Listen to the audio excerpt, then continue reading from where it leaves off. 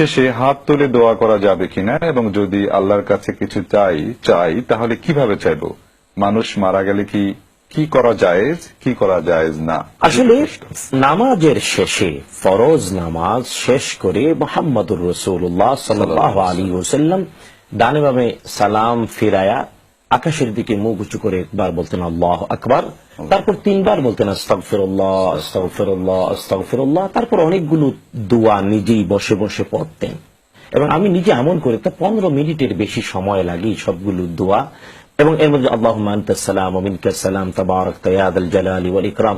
তারপরে একটা দোয়া আছে আল্লাহুম্মা লা মানিআ লিমা আতাইতা, ওয়া আল্লাহ তাআলা তুমি যদি কাউকে কিছু দাও তাহলে বাধা দিয়ে আটকাতে পারে না কেউই, ওয়ালা মুতিয়া লিমা মানাতা, আর তুমি যদি কাউকে বাধা দাও না দাও তাকে কেউ কিছু দিতে পারে না, ওয়ালা ইয়ানফাউ যাল জাদ্দি মিনকাল জাদ্দু, আর কারো সম্পদ খ্যাতি অর্জন কোনো কিছুই সফলতা দিতে পারে না আল্লাহ তাআলার অনুমোদন ছাড়া। এটা কত বড় কথা।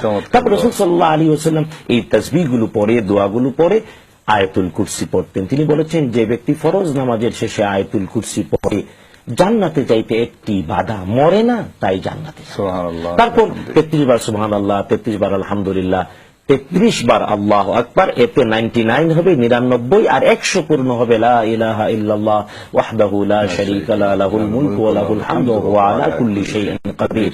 আমাদেরকে অনেকে আবার এটা ভুল করে ফেলি, বলি 34 বার আল্লাহু আকবার। না, ঘুমাতে গিয়ে বালিশে মাথা রেখে এই তাসবিহটাও পড়তে হয়। 33 বার সুবহানাল্লাহ, 33 বার আলহামদুলিল্লাহ এবং 34 বার আল্লাহু আকবার বালিশে মাথা রেখে ঘুমায়া।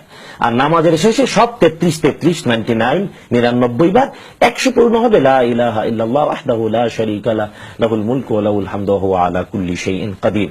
তো এই যে আমলগুলো রাসূল সাল্লাল্লাহু আলাইহি ওয়াসাল্লাম করেছেন, এই আমলগুলো করার পরে যদি ব্যক্তি হাত তুলে দোয়া করতে চাই করতেই পারে, কিন্তু আমরা অনুরোধ করব আগে রাসূল সাল্লাল্লাহু আলাইহি ওয়াসাল্লামের অনুসরণে সুন্নতের আমলগুলো করে।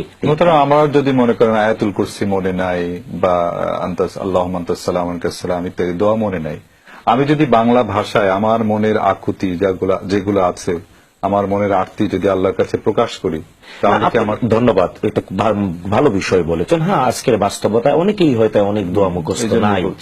হ্যাঁ, আল্লাহ তাআলার কাছে ভাষার কোনো প্রতিবন্ধক, সব ভাষাই তো আল্লাহ, সব ভাষা আল্লাহ তাআলার সৃষ্টি। ভাষা আল্লাহর এমন এমন সৃষ্টি, আল্লাহ বলছেন ওয়া মিন আয়াতিহি খালকুস সামাওয়াতি ওয়াল আরদ ওয়া ইখতিলাফ আলওয়ানিকুম ওয়া আলসিনা। আল্লাহ তাআলা বলেছেন আল্লাহর নিদর্শন হলো আকাশসমূহ, জমিন, তোমাদের গায়ের রঙের বিভিন্নতা, কেউ কালো, কেউ সাদা, কেউ সুন্দর, কেউ বিশ্রী, নাকি বিশ্রী, সরি বিশ্রী শব্দটা কালো সাদা, কালো সাদা, আর হ্যাঁ মুখের ভাষার বিভিন্নতা। এটা আল্লাহ তাআলা সৃষ্টির নিদর্শন, আল্লাহ তাআলার আয়াত। আরবি হলো একমাত্র জীবিত ভাষা, পৃথিবীর সব ভাষা আরবি ভাষার শব্দ আছে। আর আল্লাহ তাআলা প্রথম আদম আলাইহিস সালামের সাথে আরবিতেই কথা বলেছিলেন, আর এই জন্য আমরা মৃত্যুর পরে আবার ওই আসল ভাষায় ফিরে যাবো, আরবিতে। তার মানে বলা যায় কি জান্নাতি ভাষা, জান্নাতি ভাষা আরবি। আদম আলাইহিস সালাম আরবিতে আল্লাহ তাআলার সাথে কথা বলে, আল্লাহ তাআলা তাকে আরবিতেই জ্ঞান শিখিয়েছেন। এই জন্য আরবির একটা আলাদা গুরুত্ব, আরবির আলাদা একটা, এবং এর যে তৃপ্তি, এটা বলে শেষ করা যায় না। কোরআন এটার নমুনা। সুতরাং অনুরোধ করব, চেষ্টা করলে, একবার না পারিলে শতবার চেষ্টা করবো, মুখস্থ হবে ইনশাআল্লাহ। যতদিন মুখস্থ না হয় আরবি দোয়া, ততদিন বাংলায় বলবো, কোনো অসুবিধা নেই।